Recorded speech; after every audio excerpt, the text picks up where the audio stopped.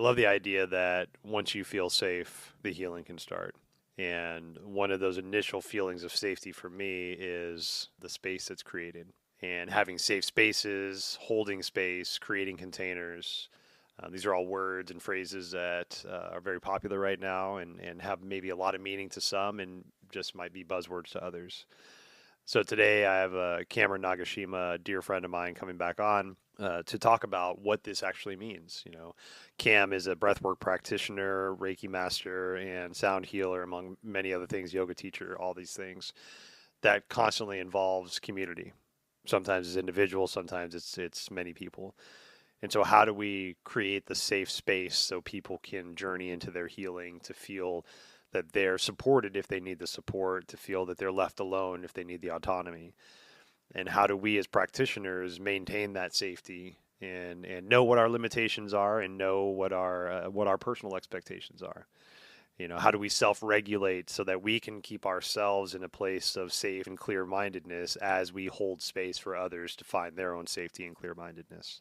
I'm always excited to have Cam on the show. He's a dear friend. He's a brother. He's just been a pivotal part of this part of my life, and I always get a smile when I talk to Cam. So I hope you enjoy the conversation. We'll see you on the other side. But first, this message. No matter how much we prepare, the holidays tend to stress us out. So this year, take a moment to reset and recenter with a grounding retreat in Costa Rica. Join Jeff Hawkins, Steve Wimmer, Cameron Nagashima, and myself, Adam Reel, for a 1-week immersive yoga retreat at Blue Osa Resort, backed up to miles of pristine beach. Every day you'll have an option to experience yoga, meditation, relaxation, self-discovery, adventures, or your own personal free time. This is a time to build your peaceful practices before you need them. Take this time for yourself. Visit garudawellness.com for details. We have pricing options available, and if you pay in full by July 1st, you receive a 20% discount. Through the experiences offered, there's a lot of different ways to build your practice and approach this retreat. Take time to create space for yourself so you can hold space for others. Reset and recenter. Visit garudawellness.com for more information. That's Garuda, Garuda, wellness, wellness.com. garudawellness.com. And now an uninterrupted podcast with Cameron Nagashima.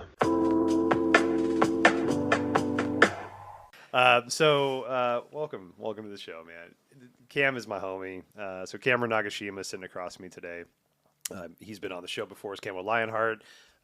He is a brother of mine that is just entered my life in the past, decade?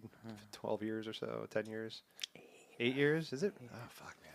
There's people in your life, and I don't know if you get this, but there's people in your life that, after a certain amount of time, you just maybe take for granted that they've always been there. You think that, oh, Cam is we went to high school together. Mm-hmm. Or, that happened to me a lot with jobs back, because I'd spend 5 to 7, 8 years at a job. And I had people that would, come with me from job to job. And I would start to tell a story, to say this friend Madison. I'm like, oh, you remember this guy Lul? And she's like, that was 3 jobs before me. I've heard that name before because you think that Lul and I know each other, but we don't at all. That was about a 10-year gap between our knowing each other. Good to know that. Yeah. Good to know that I'm one of those people. You are definitely one of those people, man. Yeah. You're always in my heart. You're always in my head. You're one of the, and I don't mean few people as egotistical, but you're one of the few people I actually care about your opinion of not necessarily what I do, but I know you have a strong opinion, and it's beautiful, and it's always, it comes from a good place, right? And I say that because there are times that you've challenged me with stuff, right? And we need to have those challenges in our life. Yeah, that's that fucking that lion in you, right? It's a Leo in you. But that also kind of leads into, what we're talking about today. And one of the things that I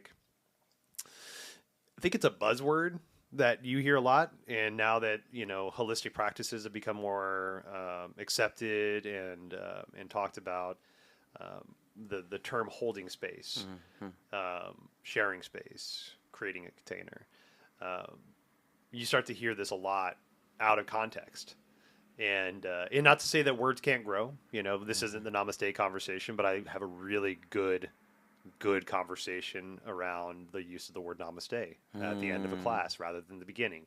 It's a greeting. It's not a farewell. Okay, well, let's have a conversation about that. Yeah. Please email me. I would love to talk to you. And not to say like I'm not beating anybody down with this. It's just I think we regurgitate a lot of shit that we don't actually understand because we hear about it.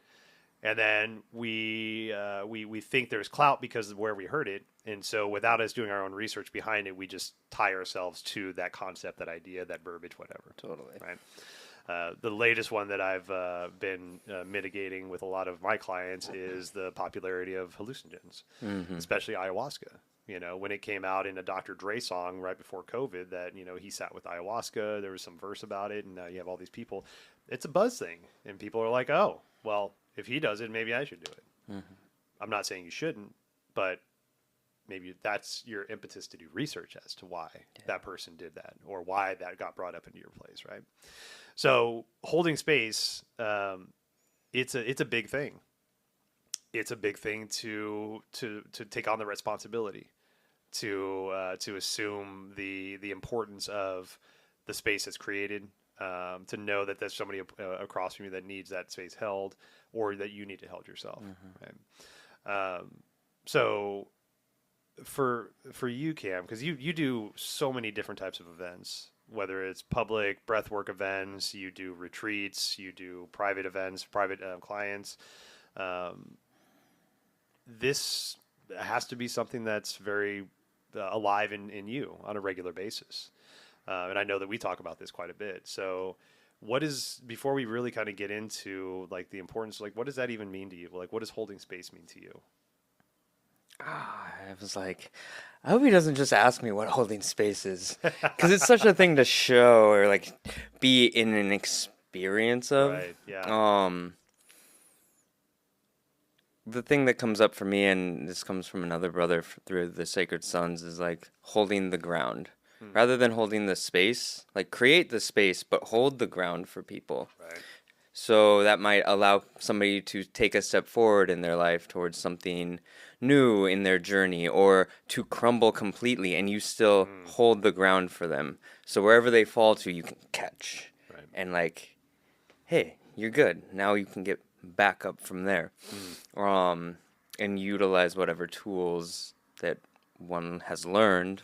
For my case, you can listen to any of the other episodes, especially the first and second one I think we did. We talk a lot more about the tools that I bring forward, but it's having the capacity to, one, know that you can create a space, the confidence to create that space, because I know that I didn't used to have the confidence. Right. Like, I was scared to death of talking in public. Teaching yoga has aided in that ability to speak in public. And then that practice of leading for years in the yoga space, like, oh, lead this, lead this, lead this. And it's much simpler generally in a yoga class, as people call it, or practice. Right. It's like, oh, we're doing this in the body and XYZ, this to this to this to this, some inhales and exhales. I guide all of them. And people have their experience there, which has led me to notice, oh, we can go deeper. Like, there's other layers. Some people are crying in yin, but there's no support in that specific container. Some people just cry in a shavasana. They finally are still. And the space has been made so that they feel comfortable. Basically, excluding the idea of creating a safe space, but creating a space where one can feel safe in their body. Yeah. Now, when we started, shooting ideas about this topic, I think a lot about my past life and the corporate life that I've worked in, and how many people are still, I think the majority of the population still lives in some kind of like structured, work life, things like that. And so, and with that, I'm sure that there's like ongoing training or meetings that need to be had and things like that, right? Pre-shift, if you will, as a restaurant, we're getting everybody together and we'll talk about this, what's going on for the day. And I think like along with like identifying what these terms mean to us, because I think they're self-described, self-defined, but I think we kind of might lose the impact of an everyday holding space, right? Mm-hmm. Now, if you're coming to see me as a client, yes, I'm going to cleanse this room. I'm going to get everything ready. I'm going to feel like I'm going to call in my guides. I'm going to call in like things that I need to do to create the container that Yeah, I need your to feel ritual. safe for me, right? Right, Yeah. exactly. But if you're in a like say in a public setting, right, and let's say like a work setting, right, and this isn't vernacular that you're used to, rituals that you're used to, right, you're still holding space for somebody if you're leading a meeting, right? You're still holding space for somebody if you're giving a coaching conversation to somebody, right? And so I think there's and the reason I say that is because I think there's practices that people have that they're already doing, but might get turned off by the verbiage of like holding space or creating a container or something like that because it might sound to what some might consider woo woo, right? And again, the reason I bring that up is to broaden the idea that we're all doing this on a regular basis, whether we realize it or not. And so when we realize it, I think that's where the specialness comes from. Yeah, intentionality comes Exactly. into it. And I was just like imagining, because I've not worked corporate. Yeah. That's not me. I decided that long ago when I decided to go to art school. Yeah. But I imagine like, oh, I'm in the meeting. This person's running late, so we're all having to wait, and we're all just sitting there impatiently talking shit about whoever's running late. Like they're always late. Da, da, da, da. Instead of maybe let's take some breath while we're patiently waiting, and let's go over what we can without this person. And then that person comes and bringing the group together. And this is something that'd be stoked to start to introduce into the corporate space, is like how to create a ritual pre-meeting or pre-presentation for the leads, for the management, Right. CEOs, whoever, to find their ground. Right. So that if they get denied or something unfavorable information rises from the reports, it's like it doesn't turn into blah blah blah, blah explosions out on everybody, Yeah, diarrhea out of the mouth. It's just like, okay, so a breath, ground in. You definitely messed up. I need you to leave. We'll talk later. How are we all going to solve this? Right. Yeah. And creating clarity in the mind, clarity in the body, and that can happen through breath works and tuning into what actually needs to happen versus what just the energy of the moment is saying. Yeah. Like the reactive nature of us as humans. So yeah, seeing that like, oh, we are all doing that. Like you created a space for us to have this conversation. Right. And whatever rituals you did beforehand. Exactly. And whatever ritual I did by getting coffee and sitting with Hape and coming here clear. And Yeah. Yeah. There's, and that's such a beautiful point because like when it's the intention and I think that, okay, thank you for that. It's the intention, right? We have an intention for doing something, right? It's not like I'm just showing up and all of a sudden it's like, oh fuck, I guess I'm leading this meeting. Okay, well let's figure this out, which has happened, right? I get that. Totally. I remember one beautiful time where one of our mutual friends, Tang, we had this. He was teaching at the at B1 yoga studio we both teach at, and he was in the middle of a hatha practice, teaching hatha. And we had in the second studio, we had a pretty, for our area, a pretty prominent meditation mentor guide coming through and doing holding a space for a meditation seminar. For whatever reason, this person didn't show up. Couldn't get a hold of him. We had about 30 people in the studio too, waiting. Me as one of them, and I'm like, well, I don't feel comfortable doing this, leading a meditation. Like I just started meditating. Like I had a good practice myself, but I'm like, I'm playing this out in my head. I'm like, I don't have the space to do this. Like something else has to happen. And what ended up happening was, and I was totally fine with this because the idea was presented to me, but I tagged Tang out. Tang, like, Tang, he's our meditation guy. He's my meditation mentor. Been there for about a decade, right, for me. and he was happened to teach that Hatha class. So we happened to pull him over at one of the breaks and said, "Hey, this is a scenario. Please help us. I'll tag you in. You go teach meditation." Not even missing a beat. He's like, "Cool, I'm in second set of dancer. You're in." And I just go in and teach. All right, arm sweep above the head, left arm up, right arm down, grab your foot. Tank wiped his face and then went and taught a 3-hour meditation. Wow. You know, and it's like, that's so beautiful that the ability to do that is there, right? But that's, I think, comes from a lot of that understanding of creating spaces, knowing how to hold space, knowing how to step into those areas in a safe way. Even though you might not have the time to go through your full ritual or whatever that is for you, we sometimes fall victim to our rituals, I believe, right? I'm very much a victim of that. You know, if I don't have X, Y, and Z set up, I'm not going to feel good about doing X, Y, or Z, and then I'm going to be in my head the whole time, which I'm just, it's not really that important. Yeah. Right? I've created a story about it. So, you know, understanding that, like, you've got the wherewithal, you've got the practice to be able to do this and be able to pivot, you know, in this way. But it comes from recognizing that you've been doing it, right? Whether you've been trained to do it or not, right? If I use the word transferable skills a lot, the phrase. What transferable skills do you have coming from your previous life to this life that you're in, whether it's a job change, a relationship change, whatever it is. And I think we need to give understanding to some of maybe the trainings that we've had throughout life, whether it's school, jobs, things like that allow us to be a little more ready for this more holistic life that we're moving towards. And it also, like, adds, I think, a level of, I didn't waste my time in that previous life. Yeah, or even not just the jobs, but any of the choices that we've made. For me, like addiction, right? Choices that our parents made for us, my dad not showing up for me, schools, the choices other kids made by beating me up.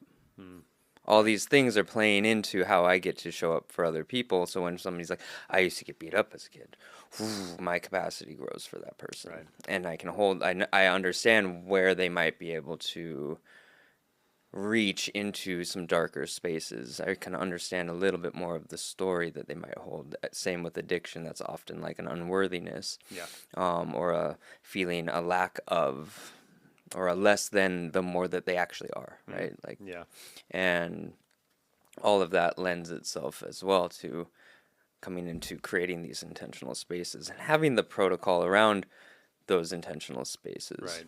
Which is kind of what I was trying to get to with the corporate scenarios. Like, what are your protocols for creating the space for a most productive meeting, for a most productive breathwork ceremony, for a most productive ayahuasca ceremony, like whatever it is, like we're bringing people together, and we want it to benefit all in the best capacity possible for everybody.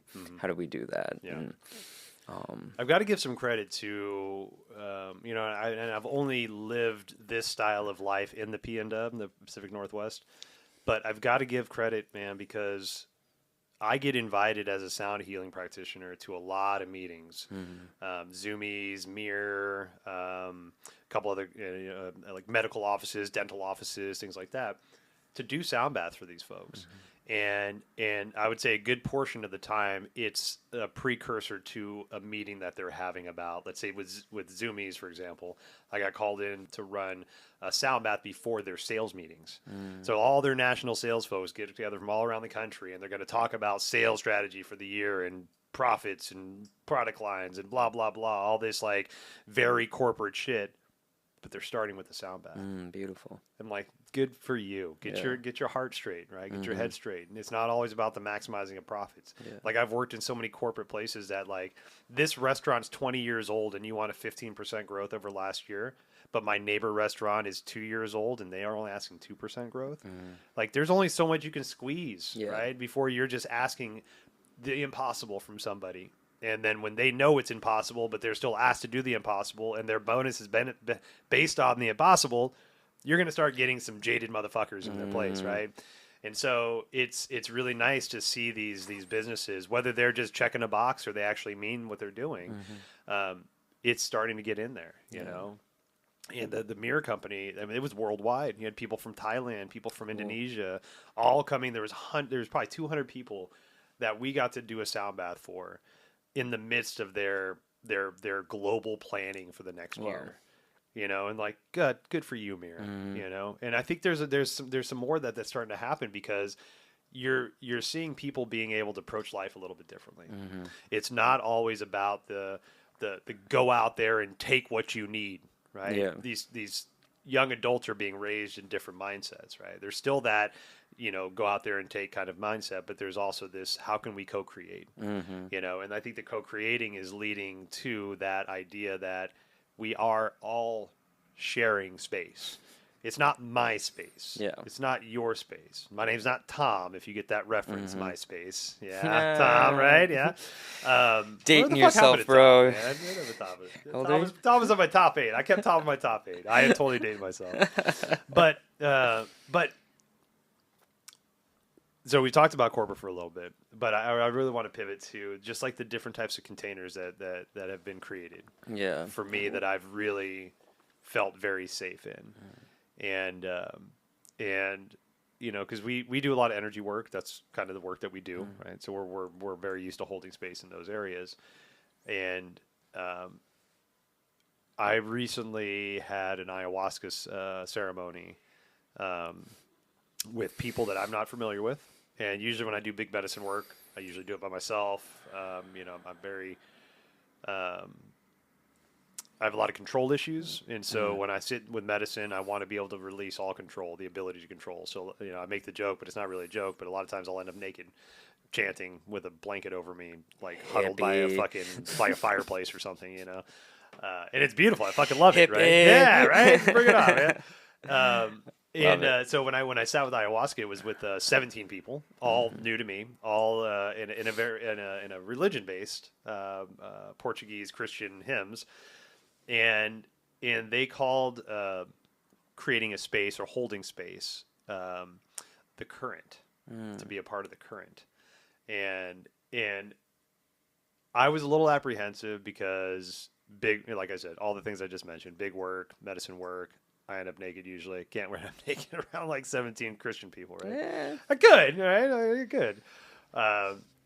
And with this was my first time with ayahuasca, so first time with a big medicine, and that's something I've been looking forward to or wanting to have that journey about for a while. So a lot of premeditated expectations and all this stuff, and it was one of the safest places I've ever felt. Beautiful. The gentleman, there was multiple people. There's about two ladies and two gentlemen. I think they balanced it out on purpose, padrinos and padrinas, and the way that this gentleman created this space and held it, and it almost, I know this isn't true, but it almost looked like it was effortless. The way that he was managing all of these people and the energies and the space and all the current, like I could physically see the current, whether it was medicine taking over or not.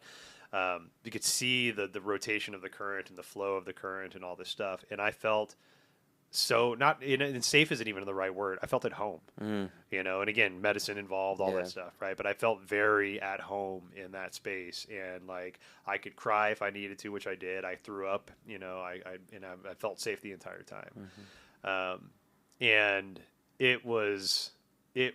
And I was trying to turn the practitioner brain off. Because when we have those experiences, there's still part of me that's like taking notes. It's hard for me not to. At least until after the purge. What is happening around me now? Yeah. Let me try to figure this one out and make that happen. I actually remember trying to do that. It's like it kicked in. It was like the second serving of Aya, and it really just the wave washed over me. And it's like the note taker just like threw the notepad, like, fuck it, we're in it now. Yep. That's awesome. Stop trying, Adam. Stop trying. I'm so glad that happened for you. Yeah. But with, do you remember a time where you felt like just so safe and held in a space that was created? And like, does that fuel your desire to create that for somebody else, like, Absolutely. whether consciously or subconsciously. Absolutely. Okay. Which is why I've done some of the leadership training with Sacred Sons, because at Sacred Sons, after seeing the media that they put out, which I now have the privilege to create some of that media, it was one I felt the call. Like, that is what I need. That is what I've been missing.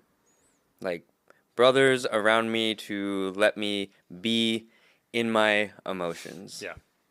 Strong, angry emotions, sorrow, whatever it is.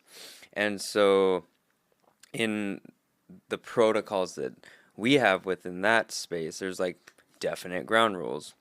There's a definite order to things. And there's also a remembrance to the elements, directions, and importance within ritual. Right. And because of that, how the facilitators greeted me in that first in-person exchange began the process of feeling at home to allow. Yeah. And I think that's where so much of the work is happening, is like, oh, my nervous system has gotten a moment to soften, even though I know I'm going into, say, a strong breath work or this ritual connection stuff at Sacred Sons, where I'm might be invited into a deep process. Right. And the difference is, like, in my mind, oh, I'm going to be forced to do this thing. Like, okay, that kind of gives me nerves. But it's actually, and what I bring through from that is, like, it's emergent. Like, if somebody is at a breath work of mine, and they're starting to have a process, they can call out to me by either a gesture or using their words, hey, Cameron, I need help, or I need support. Right. And also tuned in with the energy, the rhythms of the space, the current, as they called it. Yeah. And how that was held for me was we were walking around in a circle, just like 30 men walking in a circle, and Adam Jackson, one of the founders of Sacred Sons, like, next guy, whoever feels called to the center, and my body led me in. Like, I didn't consciously think of it, but I had already, it was the invitation rather than the, like, you need to do this. Can't get in there. It's your turn. Yep. Like, nope. There was guys who were in that group who never went into the circle and sat out. And they just had a podcast release about one of the guys who's been doing big work with Sacred Sons for a while, and he didn't have a process his first time, and it took him till the next time, like, oh, I need to go back. I need more of this connection. Yeah. And for me, the safety that I have with men now, I didn't have before because of that ritually held, protocoled space and the invitation in the opening in the space to step in. Yeah. And so that's been paralleled or carried through into the spaces that I quote unquote create, because we're all creating it together. But it's like, the invitation is there to be all of you. I welcome all of you. Can you welcome all of you? Right. Not all of the different individuals, all of the whole self, from the mind to the body to the past experiences to the future version of you.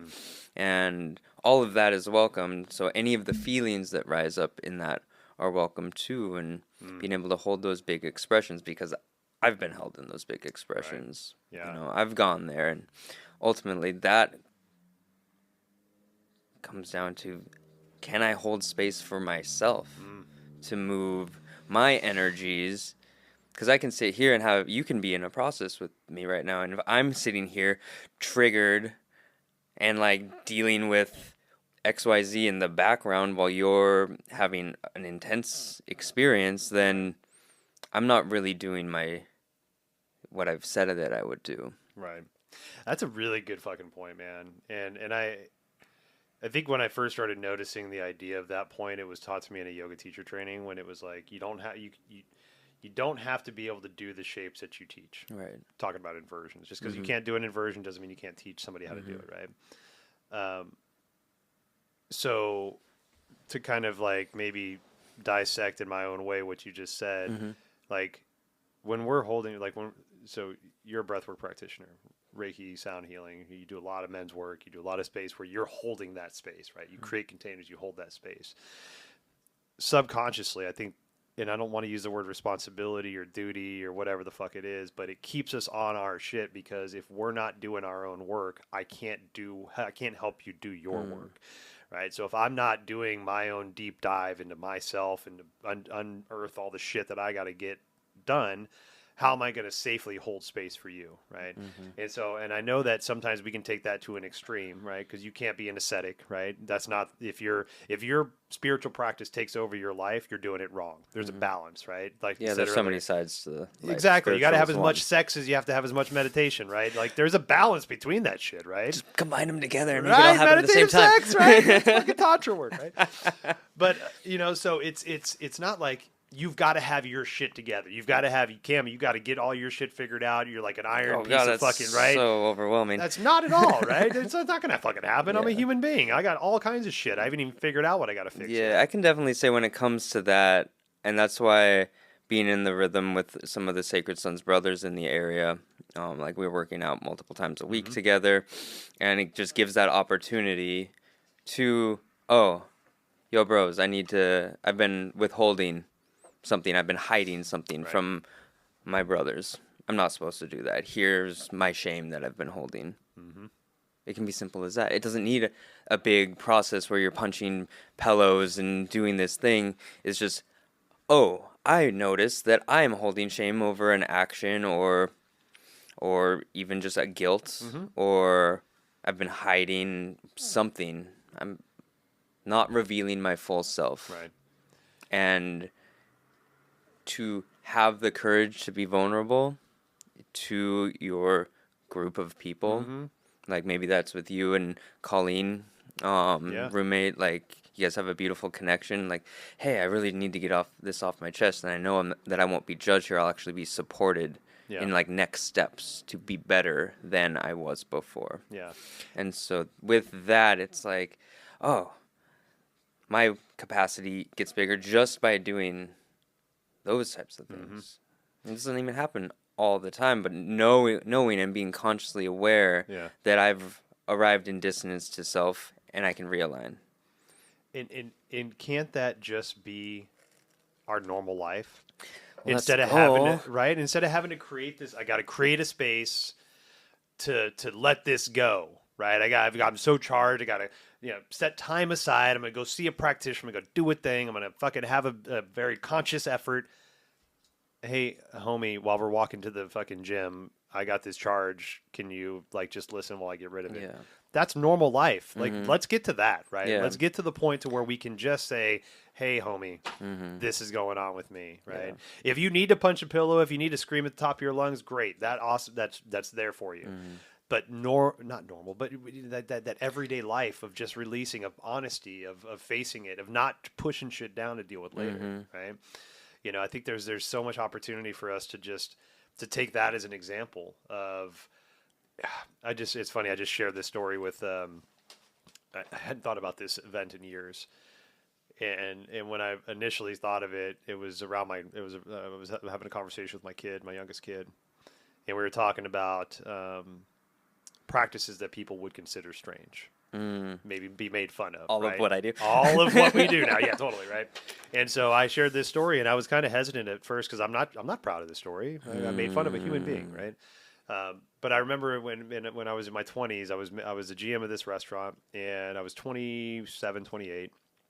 And so there was a lot of people that worked in that industry that are older than me, management, stuff like that. And in my personal experience, as soft as my approach tried to be, I would have problems sometimes with older people taking direction from a younger person, right? Because I was their boss. I was a GM, right?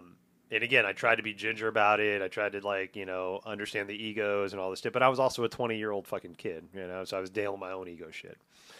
And we had this woman that worked with me, and she was say a server manager, so she was technically under me. Something happened, busy day, money got fucked up, and I let her have it. I yelled at her, and I it was not warranted at all. not warranted. The discussion needed to happen. The level of my voice and what I said did not need to go there. Right. All that was done.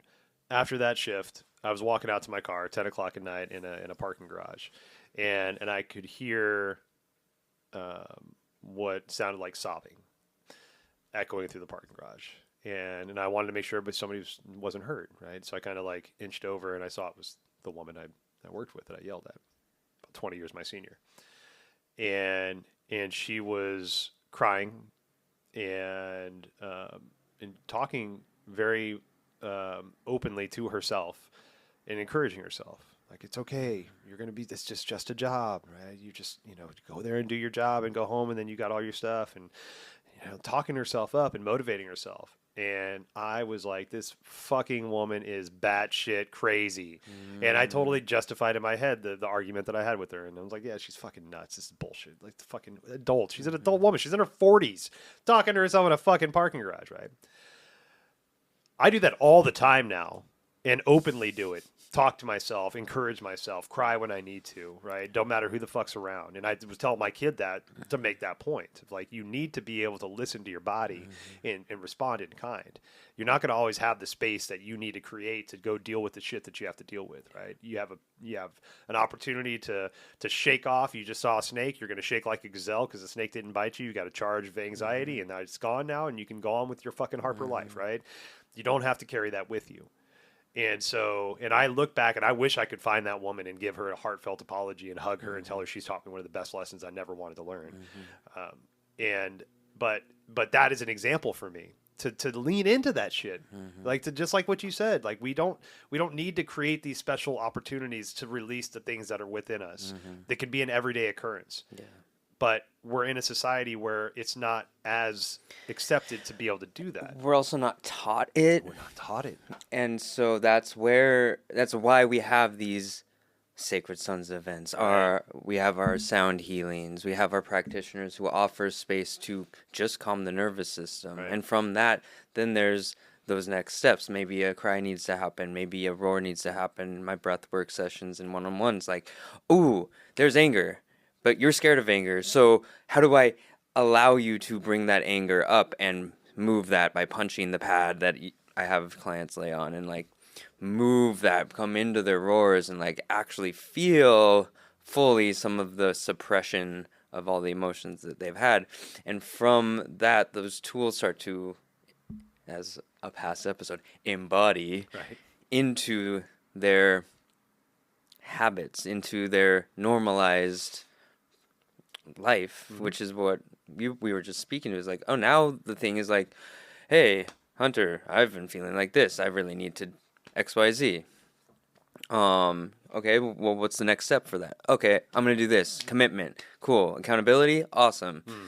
Move forward. And so that's in those one-on-one spaces that I'm doing this like conscious embodied coaching work. It's very much that. It's like, you're getting to have some big experience, right?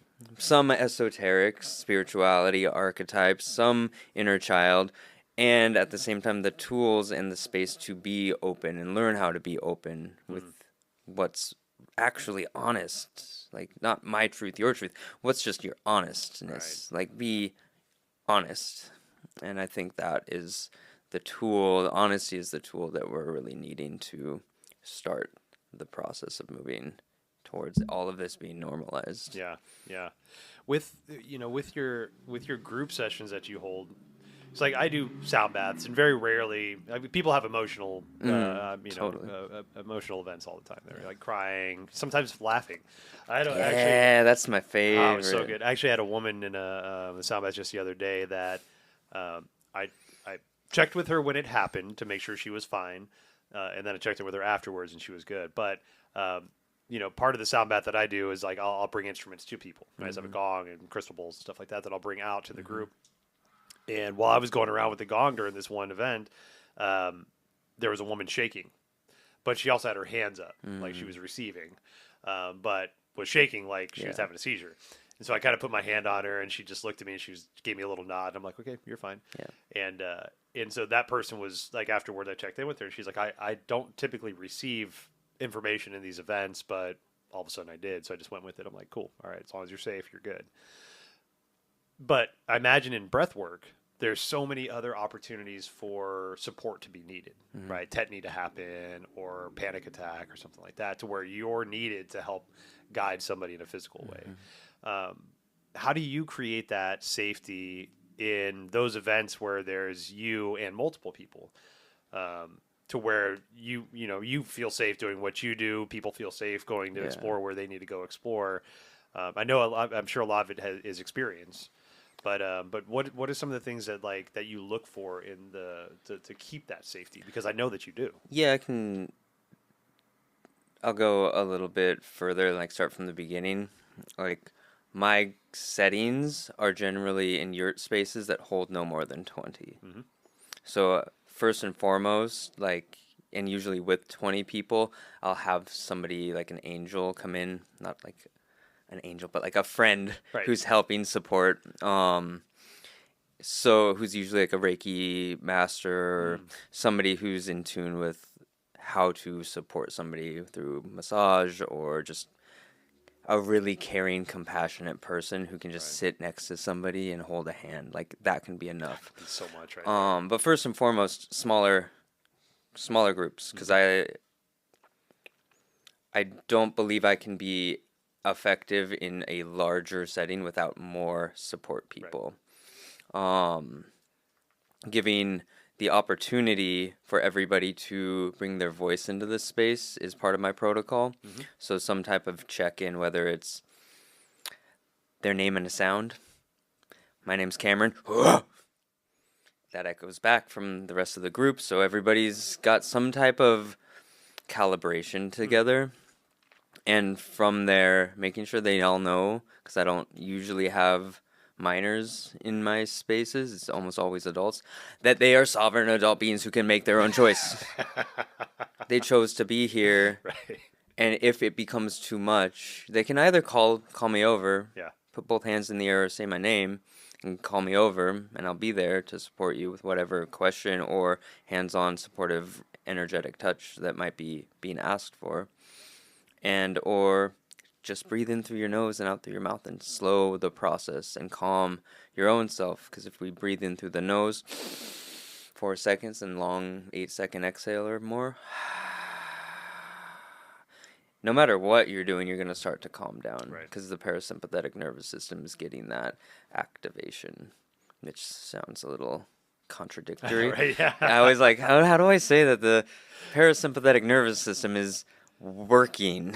Regulating, maybe? It's coming online is usually what I say. Yeah. And so, like this last session, I had only 8 people, and it was a 2-hour breath work. We pendulated the breath, so bringing it up and then bringing it back down, and bringing it up and bringing it back down. And in a situation like that, where we're breathing so intensely for a really long time, even though we have breaks, offering to let them get to know their resourced energy, like that fullness of the well that exists within everybody, whether we feel it or not, whether we're open to it or denying it, like tapping into that, so that no matter what, they can come back to. For some people, it's a golden light flooding their heart, or the viscosity of love that they lie back into on the pad. And other people, it's just the feeling like you have for your daughter. Yeah. And that feeling that comes in, the loving accepting of all things about this human. Like, that's love. Yeah. What does that feel like in your body? Yeah. Ooh, it feels like warm little lights in my belly with butterflies, that this even exists. And then the first portion is to breathe into that. Let that get big as you can make it within your cells and even beyond the structure of your skin. And then going into the depths of the conscious connected breath. Now we're starting to feel even more at home, as you put it, safe, at home, to then explore. Like, I can go out of the home and go see what this is over here. What's this feeling? Right. Ooh, that's a little wild. And somebody in this last one was like, I went over, nobody can see this. So Yeah. waved for me. I came over, and the person pointed exactly where she or they needed me to press. Okay. I need attention here on my back. Right. As soon as my fingers found that spot mid back, Mm-hmm. full release. Mm. Come let me blow out your whole speaker. Just like full release. And then it come back down. Come Yeah. back to your resource. Breathe soft. We still have another 15 minutes of this portion. We went through that like 4 times together Okay. in different ways throughout that journey. Wow. And so, and then other people were there too. So holding space for them at the same time is like, cool. I'm going to let everybody know through my voice that they're safe to breathe and feel, and work with this individual. Emotions really don't last more than 90 seconds. I've talked about this before. We hold on to the story and the excitement of whatever that feeling is, but if we're letting it go, it's really not going to last a super long time. Right. We yell it out, like the voice will give. I've had my process of pounding on my brother's chest, screaming like full fury at the top of my lungs to the point where there was no fight left anymore. Right. And I had to surrender, and I melted into my brother's arms. Mm. This is that support from that time I walked into the center circle. Right. I Yeah. know that this person is going to fully relieve themselves of whatever this specific suffering is in a few moments. Mm-hmm. I can speak with them softly, like, cool. Now just breathe in through the nose. Soften into the space that you've created within yourself. Come back to the breath if you're called to. Mm. Move on. Oh, this person's needing attention. That person's asking for attention. Well, I'll go to them first. And so it's finding those rhythms and listening. And giving Yeah. yourself the ability to surrender to the emotion that's present. Oh, yeah, that's a big God, thing that's- within, like, the difference between talk therapy and, like, psychiatrists and, Yeah. like, what I'm offering. Because I'm going to go there with you. You ain't alone on that shit. Right, yeah. I'm not going to sit here and be like, oh, yeah, cry. Yeah. Yeah, cry. Like, How's that feel? yell, yeah, pound the pillow over there and let me not let you know anything about me. Yeah. Like, I'm going to feel it with you. Yeah. And then I'm going to, because I've done, this sounds so awful, I've done my work. Yeah. I've learned how to regulate myself. There you go. Perfect. I can go there with you, come back to regulated so that I can support. Hmm.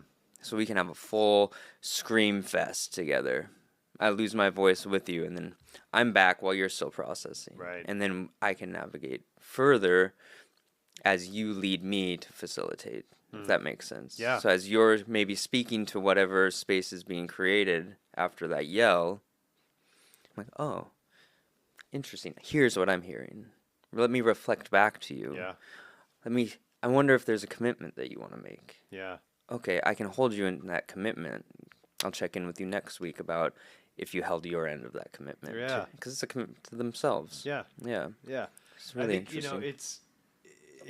that's so important to take that journey with them, but to let people know it's okay to just be right here, right? Oh, this, yeah. this emotion doesn't have to stick around, and I think Mhm. that's one of the things that took me a long time to understand about myself, and not even realizing I was doing it, but the holding in of the crying, Mhm. you know, and even with my mom passing away, a year or so ago, and then with my recent separation, I've still caught myself, no matter how much work I do, get it together, stop it, and it's no, fucking let that shit go, because what I found for myself is a 5-minute cry is way better for me than holding on to that emotion for 5 fucking So years. much less energy. God damn it. To pull together, you're okay. Yeah. But when you can just cry and let it out, the emotion is released. And the reason why you're crying might still be there, might be present, but it's not as charged because the emotion around it's been let Yeah. go.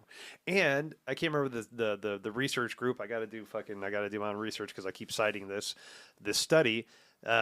There's one of the prominent medical facilities in the United States is researching the idea that your tears depending on like no matter like what you're crying about, but the way your tears manifest is the antidote for the reason you're crying in the first place.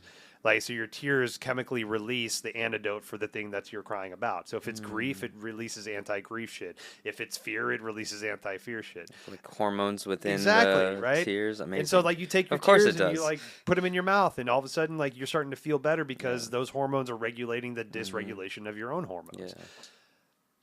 And we're holding this back. What the fuck, man? It's like you Yeah. talked about in the very beginning. Why aren't we taught this shit from the beginning, right? When we're born, like when we're, part of our rites of passage, breathe, holding space, feel your emotions, fucking, be a child. Communicate Be bored. about what you're Right. feeling, Fuck, so we can learn how to communicate about what we're feeling versus just showing that we're angry when we get angry. Right.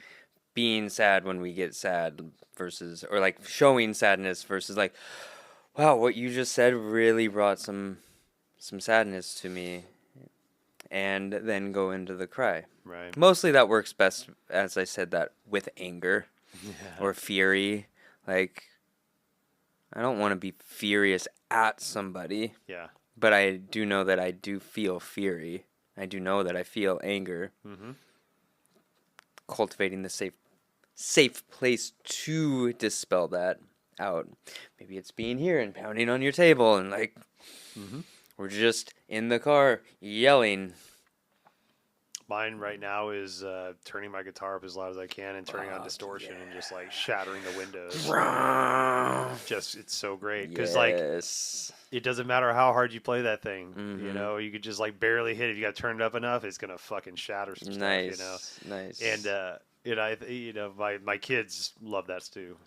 But it's so cool to have those your own practices that work for you to dispel that shit because we're gonna get charged, right? I'm gonna get upset. My kid didn't put the dishes away in the dishwasher. I know it sounds fucking stupid, but I'm still gonna get upset about it. I don't need to live in How that. many times do I have to? I'm fish shaking mad. God damn it. Like what who's fucking raising these kids, right? But so having those practices to to dispel that shit but not feel bad about it, right? I think that's part of the thing that I always remember about this Ram Dass speech that I heard. For me it was a couple years ago. I think it came out in the 70s, but it was him talking about when he became Ram Dass from Richard Alpert. Man, he'd gone through maybe about a year's worth of this Ram Dassness, wearing the robes and the long hair, kind of, got away from the acid and all that stuff and more of the spiritual life, going to visit the gurus and shit in India. But he thought that he always had to be Ram Dass. He couldn't be a human being. So he was always trying to be pious and joyous and fucking happy and all this shit. And he kept finding himself like getting off stage from these beautiful speeches he would do and yelling at his assistants, yelling at his Raghu, right, Marcus, one of his best friends, fucking Krishna Das. Can you imagine Ram Dass yelling at Krishna Das? It happened, right? I just imagine Krishna Das starting to sing something at him. Baba Hanuman. Yeah. I mean, I would calm down. Yeah. I mean, shit. But it wasn't until like he could embrace the fact that he's got a full emotional spectrum, and we're here for a reason. I think he calls him his spook friend Emmanuel, and so he had a spirit named Emmanuel that would meditate with him and call on him. And so the speech and the story that he told was, he was sitting there talking to his what he called again spook friend Emmanuel, and Emmanuel was like, "Hey, so you're a human, right?" Ram Dass like, "Yeah, I'm a human." He's like, "You're on Earth, right? Living a human life." Yeah. It's like, okay, learn the curriculum. You're there for a reason. Stop trying to ascend. Yeah. Stop trying to be something more than you are. You're here to have a human experience, right? So have the fucking human experience. And I think that sometimes we get lost in that. Like we're trying to be something what we would consider better, but that delineates that we're not good right now. Right. And you could do work. You could know that you need work to do, right? And you could want to better yourself. But to just the blanket idea of being better really subconsciously shows me, at least for me, that I thought I was a piece of shit. And I still do. Yeah. It'll be better than you were. Well, I got a lot of complaints about who I am, but to be fair, like I'm also pretty happy with who I am. If I really break it down, the life like, that you've be honest, created, right? And that I think is a big part of learning to hold the responsibility that we carry for ourselves, leading ourselves. Like, oh, I have created the mess that I'm in, or the castle that I'm in. The stewardship of my life is mine, and my responsibility, whatever has happened. And that's not to dismiss like awful things that may have happened to one throughout their lives. Yet it's still our responsibility, the awful things that happened to me, my responsibility to move through those horrible things that may have happened, to come back to a connected space from the splintered version of ourselves that tends to happen when we experience trauma. Yeah. Or undischarged energy in the body. Right. And when we begin that process, it can be really fucking hard. It can be challenging. It gets easier. Comes in circles. It's easy. I feel like I've healed that. Ooh, there it comes again. Hits even harder. Right, yeah. Continually coming back to those practices of like, how do I hold space for myself? Oh, do I need somebody to hold space for me? Like, hold the ground underneath me so I can fall apart again to XYZ partnership split or divorce, or the memories of abuse are coming back again and I'm having nightmares. Like, how do I navigate through this so that I can step into the best version of myself that I know I am, without the shame of like, oh, I can be better. Like, bringing it back around to that. It's like, I know I can be more full in life and I accept where I'm at. So there's no shame of like where I am versus where I'm going. Right. Yeah. And being able to just like be in that. I wish you guys could see my hands like pendulating back and forth, being in the expansion and contraction of this. Ooh, I can expand and I can feel more here. And ooh, yeah, memory came back and I'm contracted. How do I get back out of that contraction to expansion? The tools that I learned through Adam or myself, or a retreat where you really get to go in for a week and dive into some of the nitty gritties, and then constant practice of said processes, and tapping into maybe a course or even learning to facilitate these things. Like, because for me, teaching yoga, like, that taught me so much more about yoga than just how to teach it. Right. Like, I feel like similar with breathwork, this course that I did, 800 hours, half of that as a mentor within the course. It's like, oh, the breath is this. These things can happen. And how do you deal with these things? Let's look at what, and become trauma informed so we understand what happens when things start to be elevated. Yeah. And the work is not the downward dog. While we want that to be safe and we need knowledge around that, the work is to create the space where people feel safe to explore their body. Right. They feel in a good way to go, oh, this feels good, this doesn't feel good. Let me not go into what doesn't feel good when I'm doing a stretch. And or, ooh, this feels like a lot, but not too much. And they then find themselves in an 8-angle pose, like one of my regulars the other week. Yeah. I was like, yeah, bro, you went there.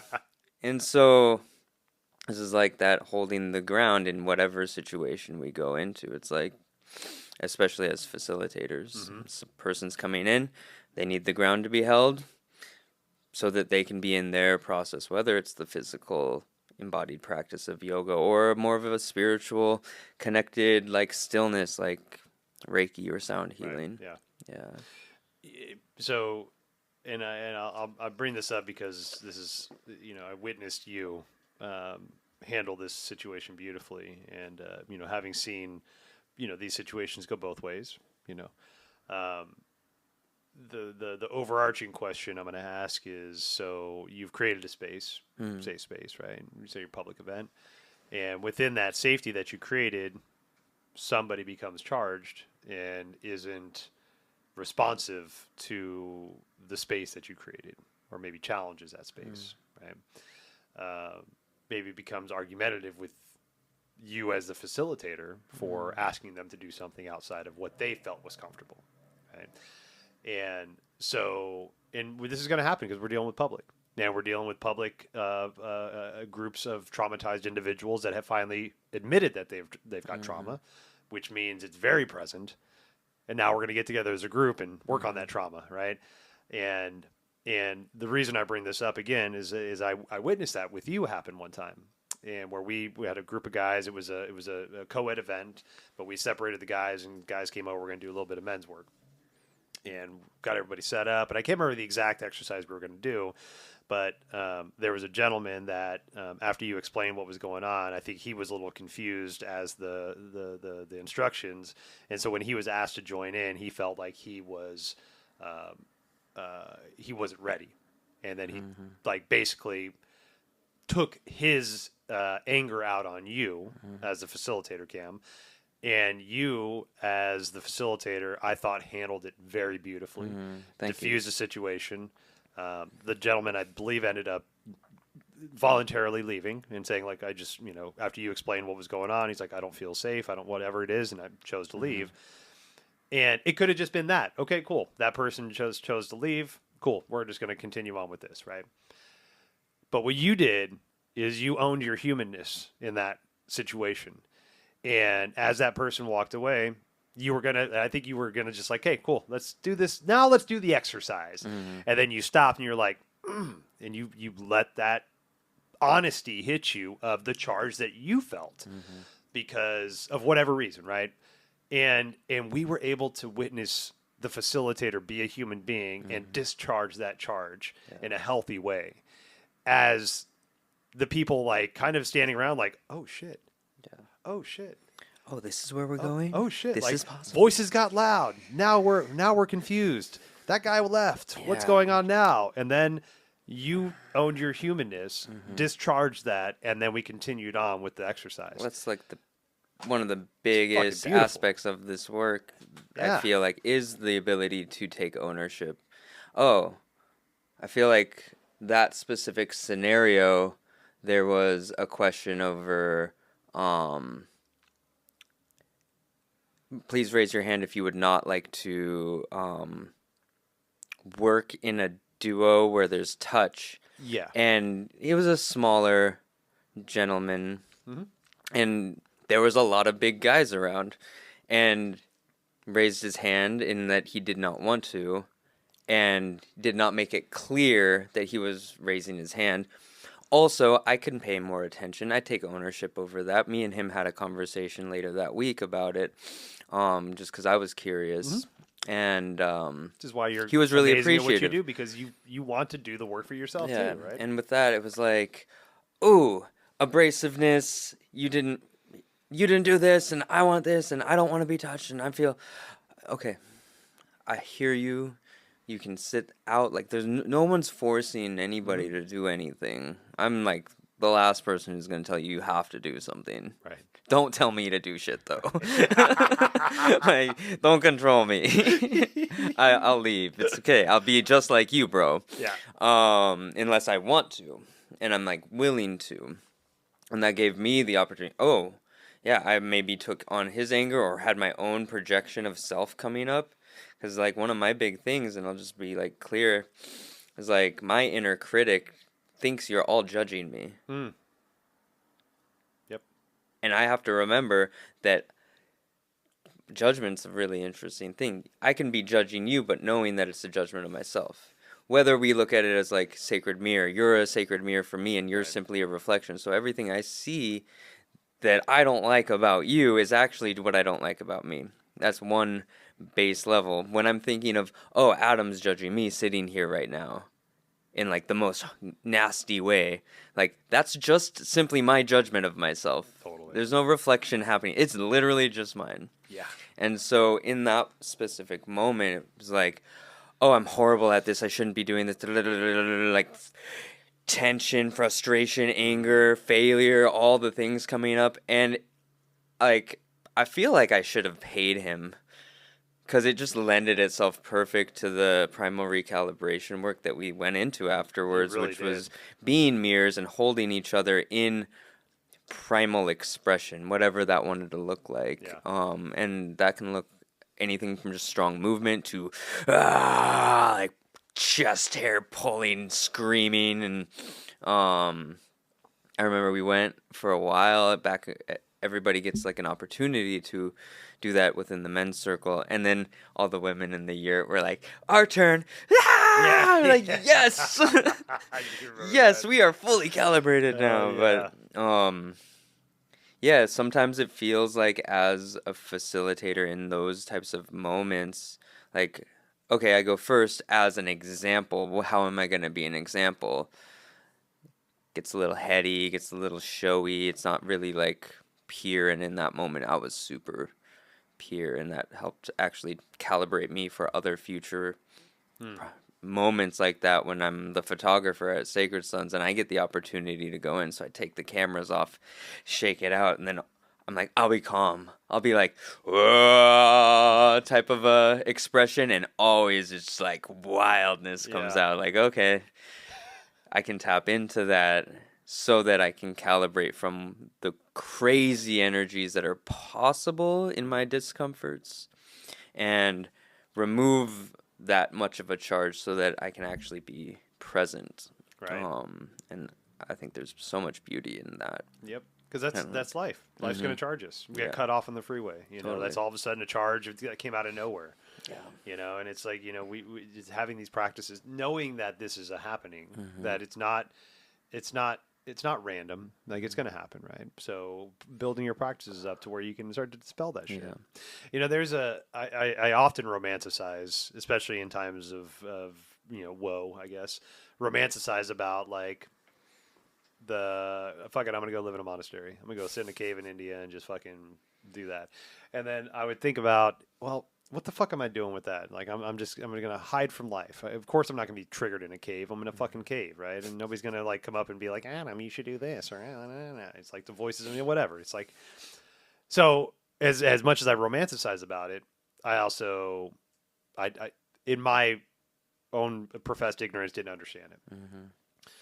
until somebody put it to me one time. It's like the monks that can live a monastic life, or a nun, or you know, the sages or whatever, it's the rishis, we call them, holding space for humanity. Mhm. Right? They're up in that cave in the Himalayas, sitting there, fucking doing their austerities and, you know, chanting and doing all that shit, holding space for humanity. Mhm.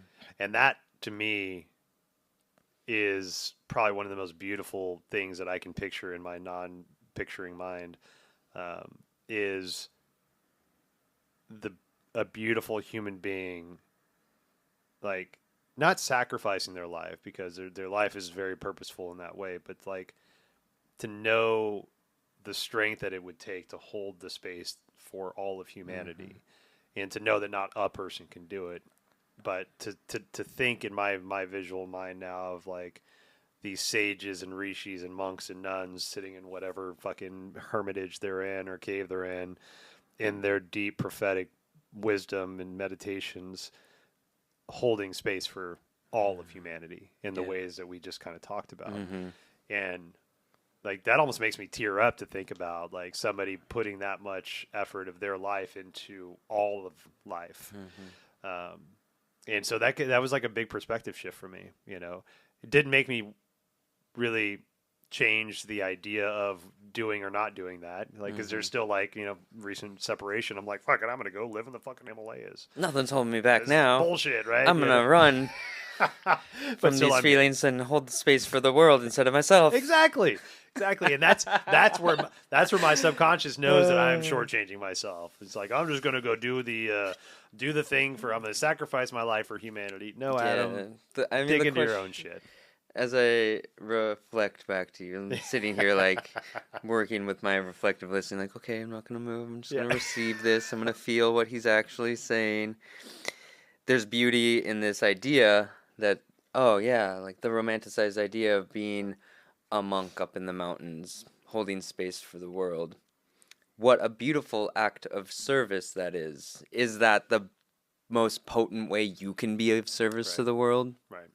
that's like my number one question back to you about that. Yeah. Like, are you making the most like effective use of your time by going up there? Right. Maybe, but not if it's for like the selfish reason of I'm going through it over here. I need to like retreat. Like, Yeah. then go on a retreat. Yeah. Go Oh, on you a just did. retreat. Yeah, I did. I did. 5 days. Yeah. 5 days in the darkness. It's the most beautiful thing. Man. Yeah, I'm It's so sure beautiful. you've learned a bit about holding space for yourself within that as well. Most definitely, most Yeah. definitely. And I think just to just touch on that just a little bit, and only to say this, your facilitator doesn't always have to be present for space to be held, right? In the experience that you were just speaking about, I did 5 days in darkness. I didn't have somebody with me all those 5 days, but there was a facilitator there that would drop food off and do wellness checks on occasion.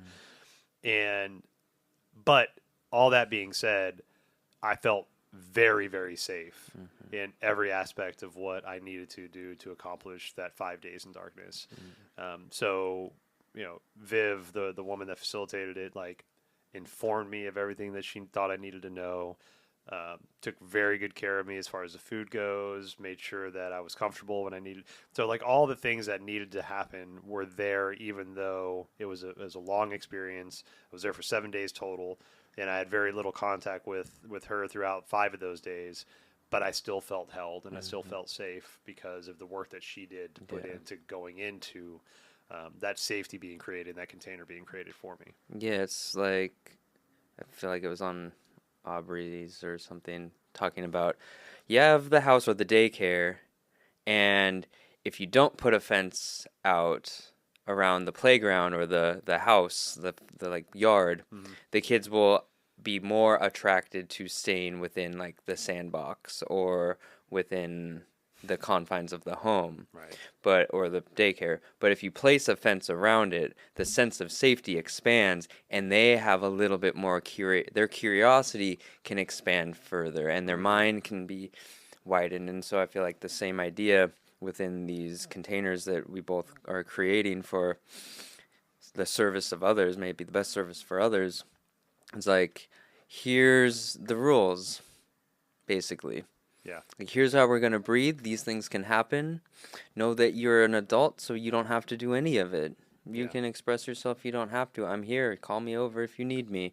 There's plenty more that I say into that regarding trauma-informed work and just how a theme of the mind and body might come up. Right.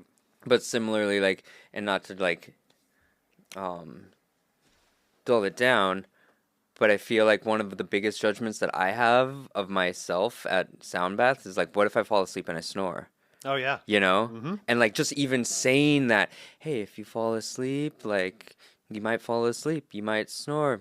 We're going to let that be a part of the cacophony of the orchestra. Totally. Or it could be introduce yourself to your neighbors. Cool. You all know each other. Do you all give consent to each other to give a little tap if somebody falls asleep and starts snoring? Beautiful. That could be another way to create a sense of safety, because nobody wants to be the snoring person unless it's okay to be the snoring person. Right? Like, oh my God, I can't sleep, and now I can't even unlock and like relax because I'm too scared because I've sleep apnea, and if I fall asleep, it's going to sound like freaking dinosaurs. Like...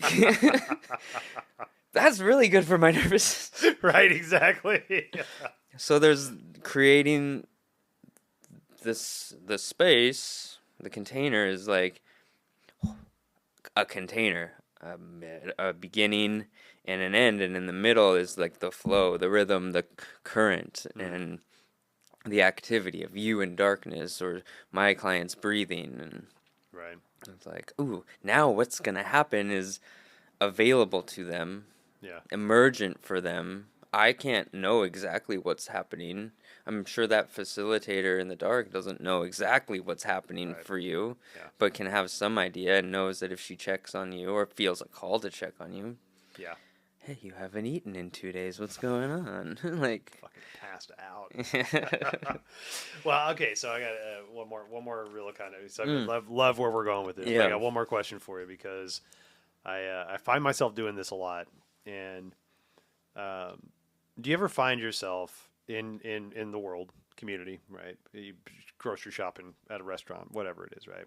And all of a sudden, like something happens around you that, say, I'll give an example. So I was at a restaurant a couple months ago. One of our favorite restaurants, love the place, love the staff, food, all that shit, right? I'm good friends with all the people there. Red Hook. No, Pizza Coop over in Woodville. Nice. Great place. And walked in and immediately felt the brick of anxiety of the place. Like just was bitch slapped with like anxiety. I could tell they were short staffed. I could tell that they were busier than they thought they were going to be. There was like usually a clean restaurant. There was shit on the ground. There was like no real music going on, but you can hear a bunch of just like, it was just chaos, more or less, right? And then so we go to the bar, sit down at the bar, and immediately feel or hear a full tray of food drop on the ground.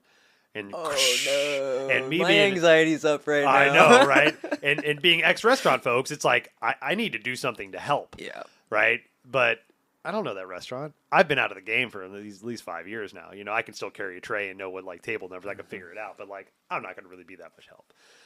So I just sat there and closed my eyes and put my hands on my legs, and I'm like, okay, I'm just gonna try and hold space for this place. Right? I'm just going to create. I'm going to try to create calmness in this chaos, right? Because I can't do anything physically to help, and so I'm just going to energetically try to help. And while I was doing that, I started to notice like, how many times do you do this? You know, like standing in line at Fred Meyer and watching like a line get shut down because somebody's got like too many items or some fucking credit card gets canceled, denied or whatever, blah, blah, blah. And then all those 7 people that were just waiting patiently now get to disperse between all these other lines. And now they're angry because they've got shit to do and life. Okay. I'm just going to sit here and breathe. Hold on to my little basket. I'm going to close my eyes, tip my nose and just take like 5 or 6 deep breaths. Right. And whether or not it's felt all the way around, it's helping me manage my own personal anxieties to stay present in this moment, which I do believe that we can, we feed off other people's energies, right? And so like, if I can sit here and hold a little bit of space and be a little calm, maybe the person in front of me can feel that too, and maybe lean into that, and then we'll start that domino effect kind of thing. Do you ever find yourself doing that shit? Like just in humanity, like in traffic, right? You're like, okay, no, we're just gonna breathe. Good in traffic. We're gonna breathe. Traffic's triggering for all of us. To be fair, I'm pretty good in traffic for the most part. It's like I leave. This is like kind of setting up the container for success. Okay. I leave super early. If I get somewhere, half an hour, except for today for this, if I leave, I want to plan on being there at least 15 minutes to half an hour before. And thank God for technology and the ability to see what traffic is and maps to tell us what about time we'll get there as long as nothing changes. Right. So for me, most of the time it's like, cool, I'm going to be there half an hour early. I have no need to rush. Right.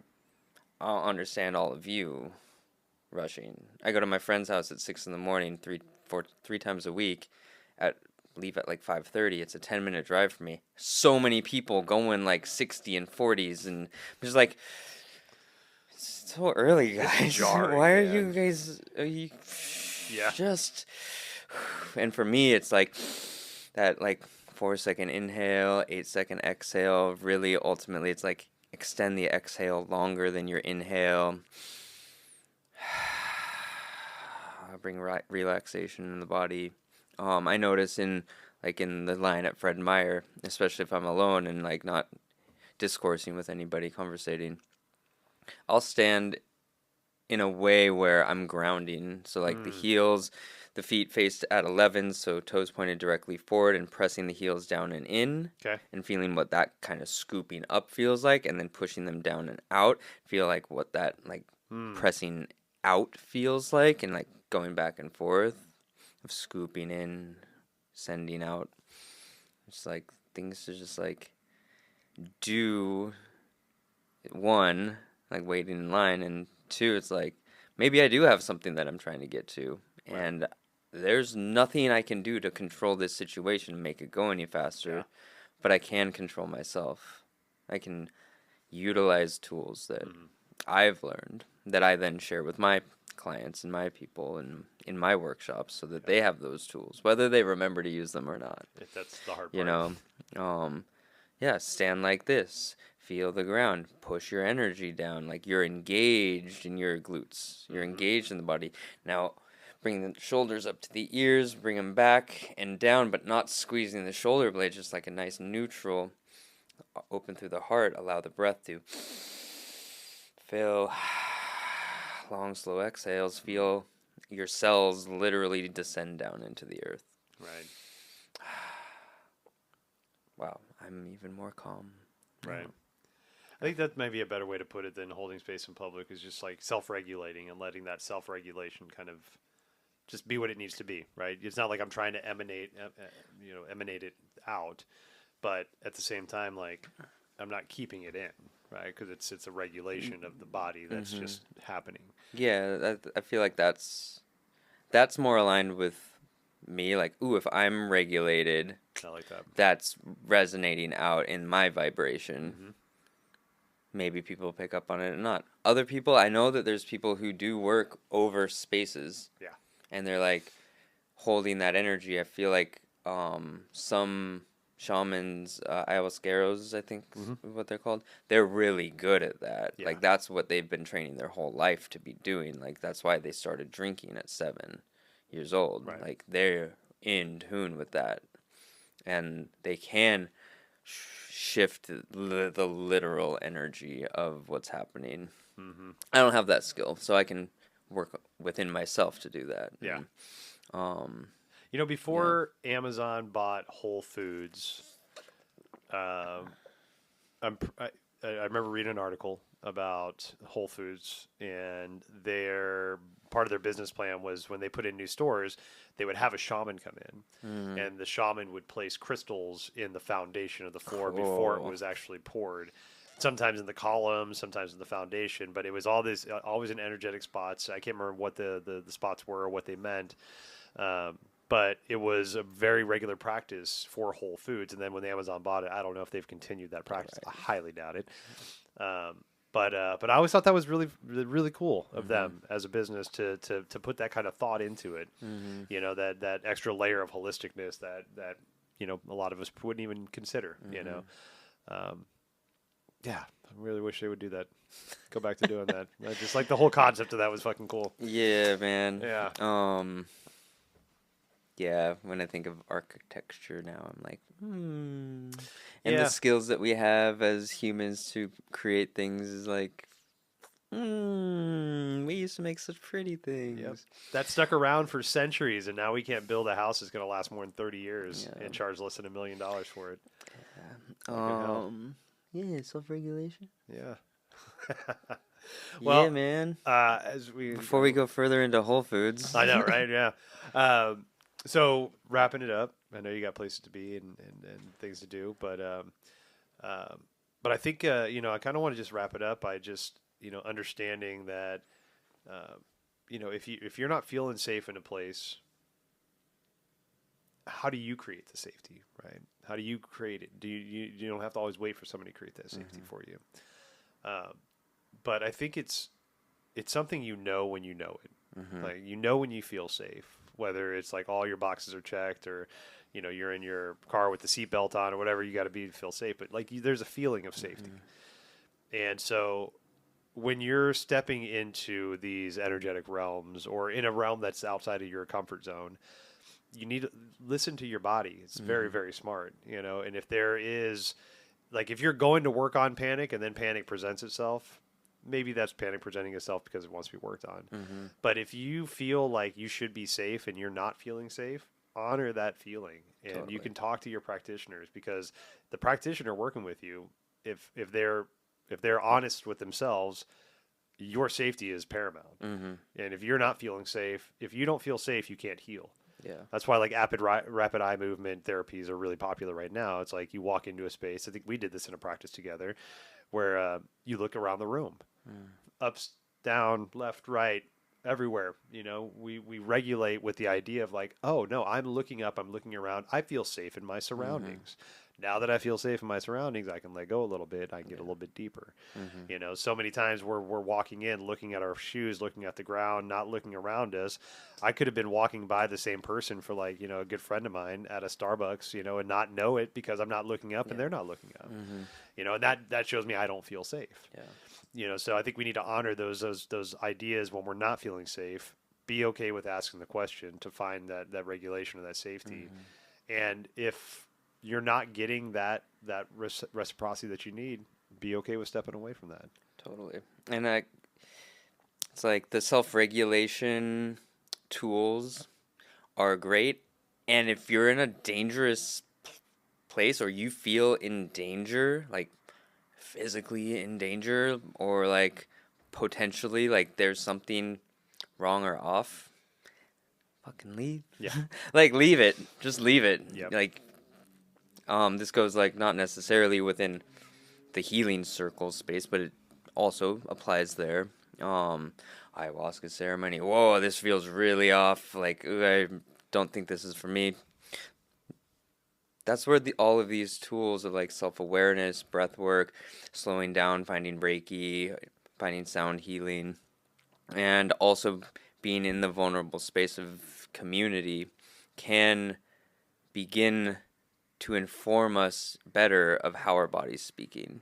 So that when we go into, I want to work on my anxiety this week in my breathwork session, and I show up and I have anxiety, it's not, I have anxiety, so leave. It's like, I have anxiety. Awesome.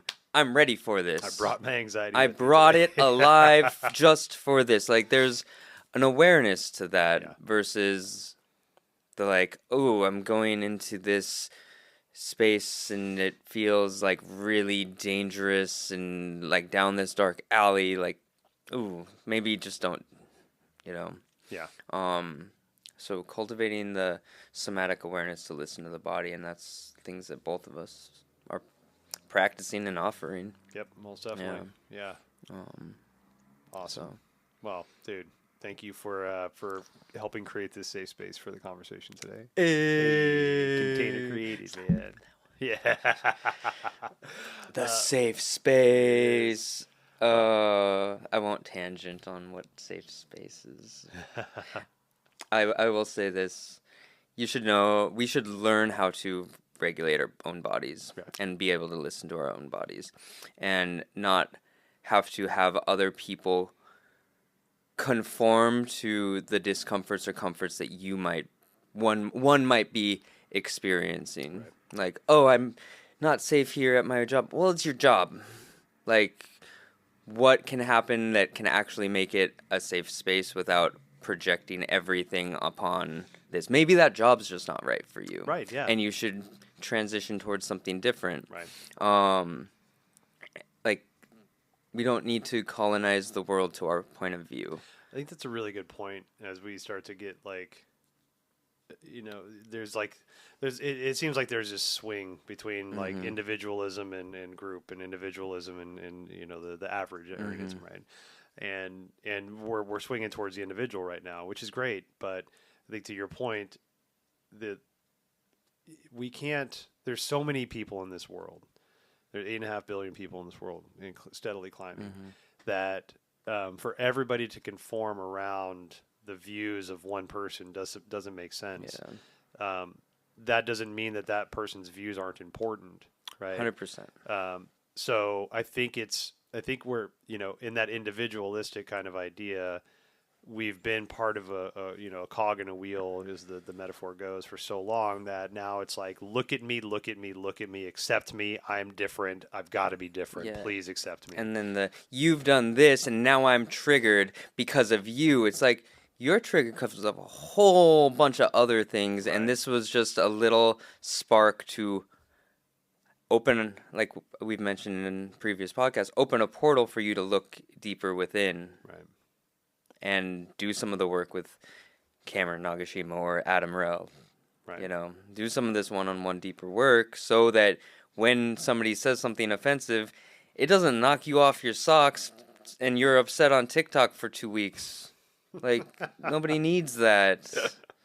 You don't even want that, I Uh, don't think, you yeah, know? I think exactly. When it boils down to it, it's like the person, the victim doesn't even want that. Yeah. You know, it's like just it's finding the ways to, like you said, self-regulate. So like I'm not everybody's cup of tea, right? Oh, me It's neither. funny. Like I had a self-regulation moment the other day with a young lady after a yoga class, and real quick, and Eh, I got done. She came out. She was new to my class. Hey, how you feeling? I feel good, but I couldn't hear your voice because your music was too loud and it was really hot. Okay, yeah, that's generally how I approach classes. I like loud music and I like hot classes. And I think she was expecting me to apologize. So it's kind of like this interesting. It's interesting, like tennis match. I could tell that the woman that was talking to me uh, probably has not stood up for herself much, if ever. Right. So the way that she was like gonna leave, and then she's like, "No, I'm gonna say this." And it was respectful. She was like, yeah. it was a little loud, hard to hear you, and I get that feedback. My voice is monotone, is white noise, right? Not just because I'm a white man. Hey, but but I could see that her kind of expecting me to apologize, but at the same time, I wasn't going to, and Yeah. I made it a very strong point to myself to be open to receive the feedback, but not to apologize for my own personal approach. And so it was this awkward volleying of like our opinions back and forth without the other conceding to the other what the opinion was. And it was just like, okay, so I'm not going to change my music or turn the heat down, and you're not going to like the class that I produce. But there's other teachers out there that approach it differently that you've clearly said that you've taken their classes and you like their class. Yeah. Awesome. Do that. Not your cup of tea. But instead, it was like, I hear you and I feel you. But just because I hear you and I feel you doesn't mean I'm going to change it. I take it to heart, Yeah. and I love that you had the courage to express that. But now hear me in kind, and this is my authentic self, how I'm showing up. Totally. Yeah.